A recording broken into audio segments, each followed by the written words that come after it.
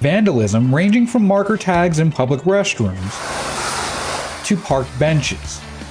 It's all here one day, and thanks to the city of Santa Clarita's graffiti removal team, gone the next.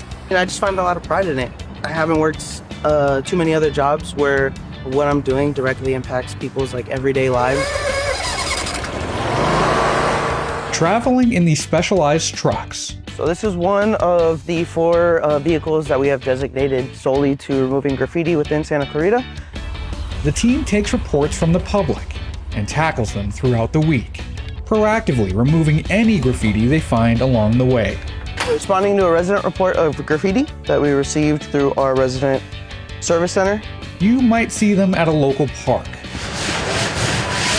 scrubbing out vandalism. In Santa Clarita, no amount of graffiti is too small. It's a zero tolerance policy. We're gonna get everything that we can. And they're moving so fast, you might not ever know that there was graffiti. As soon as we hear about it, we are immediately responding to it. So that, ironically will lead people to the assumption that there is no graffiti within Santa Clarita, which is the goal. And residents have started to take notice. They'll typically approach us when they notice what we're doing, and just to see the appreciation and thankfulness that they extend towards us. It's a really fulfilling aspect of the job. A job most people wouldn't believe exists, simply because they don't see much graffiti.